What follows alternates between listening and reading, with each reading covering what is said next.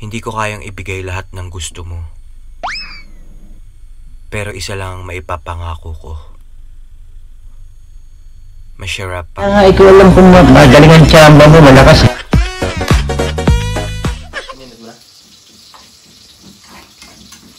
Dapat dito para may makita naman yung luto ako guys ng fried rice with arroz caldo. And also tuna steak with menudo. Gunggong! Barinig kita sa mukha eh! So medyo pag mag-fried rice kayo, fried nyo muna yung garlic tapos damihan ninyo. What? What the fuck? Tapos meron ako naka-prepare dito na onions kaka carrots. Dos por dos kita. Okay. So ang dapat ang steak na tuna, mahina lang dapat ang apoy tapos butter ang pangrampa mo dyan. Bibihira lang nakagawa niya. So ngayon, medyo ano na yung garlic, sit aside mo yan sa maya-maya na konti kasi sayang kabuhayan siya, Chris. Ano ka nasisira, ulo? O, diba? Ganyan lang.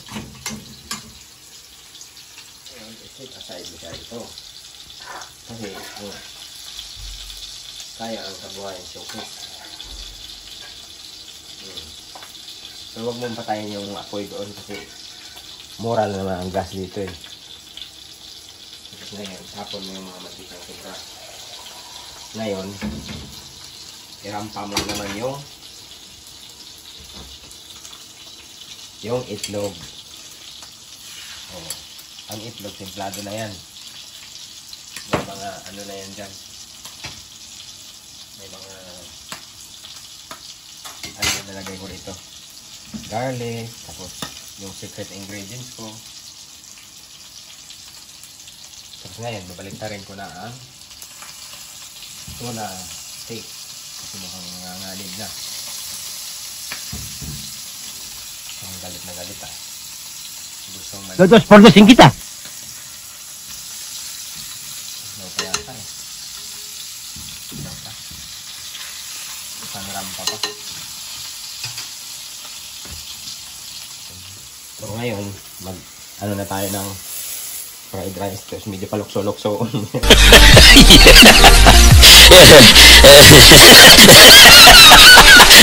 Tigas eh. Kasi yung tigas ng pagmamahal mo sa'yo. Sunod mo dyan. Huwag mo masyado sunogin ang butter kasi ang kabuhayan syukit tayo. Tapos palukso-lukso. Isa ka na kayo sa kawali ko guys kasi panahon pa ni Maji. Diba?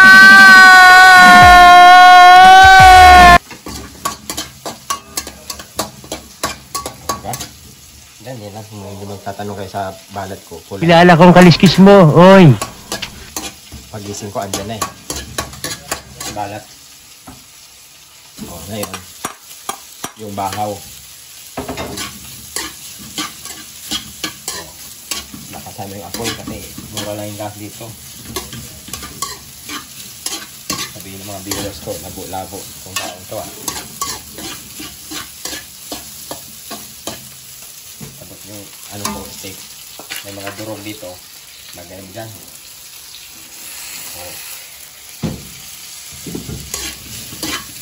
Lagay mo lahat.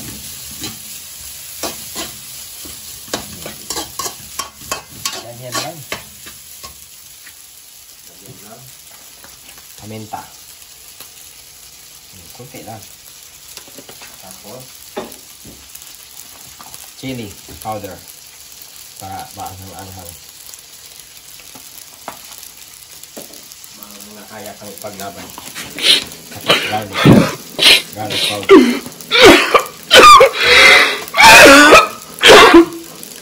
Patiis naman ito. Galit ang kawali ko. Bango ah. Amoy ng kanton.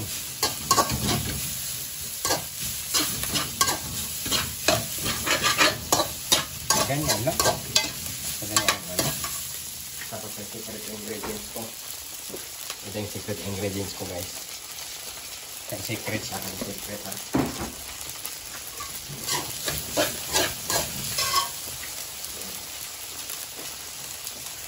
Dahil mainit ang kawali, kuha ko sa akin.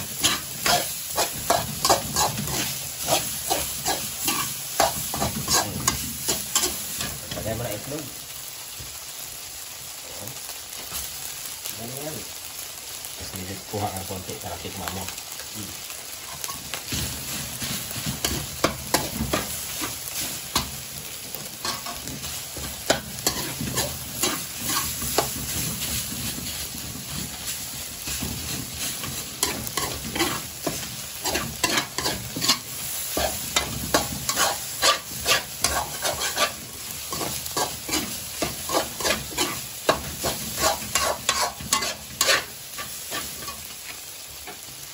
Tapos lagay mo na rin yung garlic mo. Saka sama mo na yung onion.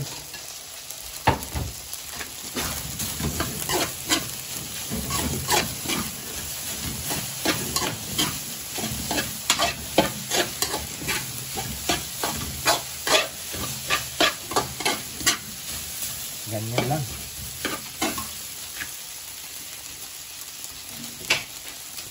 Pag nagluto kayo fried rice guys, medyo halo. Isikan ninyo ng kunting asukal para lumaban. Kahit hindi ka pa paglaban at niluluto mo, kaya ka na lang paglaban. Pow! And God bless you all.